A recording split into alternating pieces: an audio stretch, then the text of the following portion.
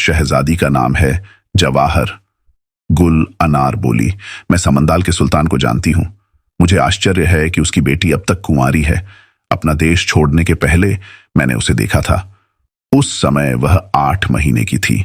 वह उसी समय इतनी सुंदर थी कि उसका सौंदर्य दूर दूर तक विख्यात था। इस समय जवानी में तो उसके रूप का कहना ही क्या होगा। फिर भी वह बद्र से बड़ी है और उसे समंदाल नरेश से मांगने में क्या कठिनाई हो सकती है। सालेह ने कहा कि मैंने बताया कि वह बादशाह बड़ा ही घमंडी है। देखो बहन, मैं पूरा प्रयत्न करूंगा कि उसके पिता को विवाह के लिए राजी करूं, लेकिन काम मुश्किल है और इसमें देर लग सकती है। इस बीच बद्र को इस बात का पता नहीं चलना चाहिए, वरना इसमें संदेह नहीं कि वह जवाहर के प्रेम में पागल हो जाएगा और जान दे देगा। इसी प्रकार दोनों में बातें होती रहीं और बद्र सुनता रहा। दूसरे दिन उसने चुपके से अपनी मां के संदूक से निकलवाकर जवाहर की वह मूर्ति देखी जो उसके मामा ने अपनी बहन को दी थी। वह सचमुच ही मूर्ति देखकर जवाहर पर मर मिटा। अब उसका जी न खाने पीने में लगता था, न किसी से बोलने चालने में। वह रात दिन अपनी प्रिया के ध्यान में निमग्न रहने लगा। जब सालेह अपनी बहन से विदा लेने आया तो उसने भांजे की बदली हुई हालत देखकर पूछा कि क्या बात है, तुम्हारी तबीयत तो ठीक है? बद्र ने कहा, मेरे स्वास्थ्य को कुछ नहीं हुआ है, लेकिन आप अभी यहां से न जाएं। मेरा जी घबराने लगा है और मुझे आपके साथ ही रहकर संतोष होता है। आप 2-4 दिन और रुकिए, हम लोग कल शिकार के लिए चलेंगे। सालेह ने यह मंजूर कर लिया। वास्तव में बद्र चाहता था कि अपनी मां से छुपाकर अपने मामा से अपने दिल की हालत कह दे और शिकार ही से आगे बढ़कर वह अपनी प्रिया की खोज में निकल जाए।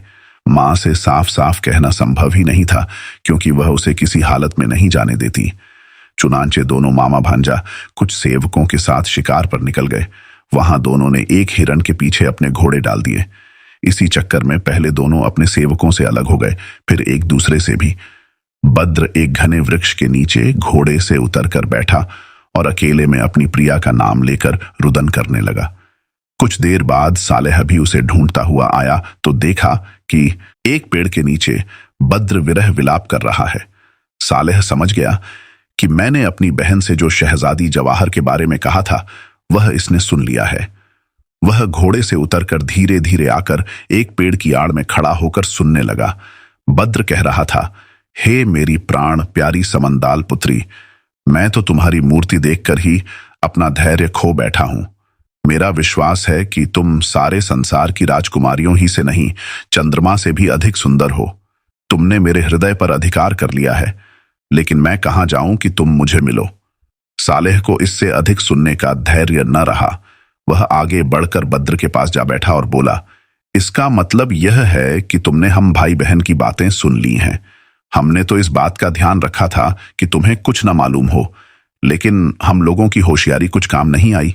बद्र ने कहा, जो कुछ होना था वह तो हो ही गया। अब सोचिए कि आगे क्या होना है। यदि आप चाहते हैं कि मैं जीवित रहूं तो मेरे विवाह का संदेशा लेकर जाएं और उसके पिता को राजी करें। सालेह ने उसे दिलासा देते हुए कहा, तुम अब अपने नगर को जाओ। मैं अभी समंदाल देश जाता हूं और तुम्हारे विवाह की बात वहां के बादशाह से चलाता हूं।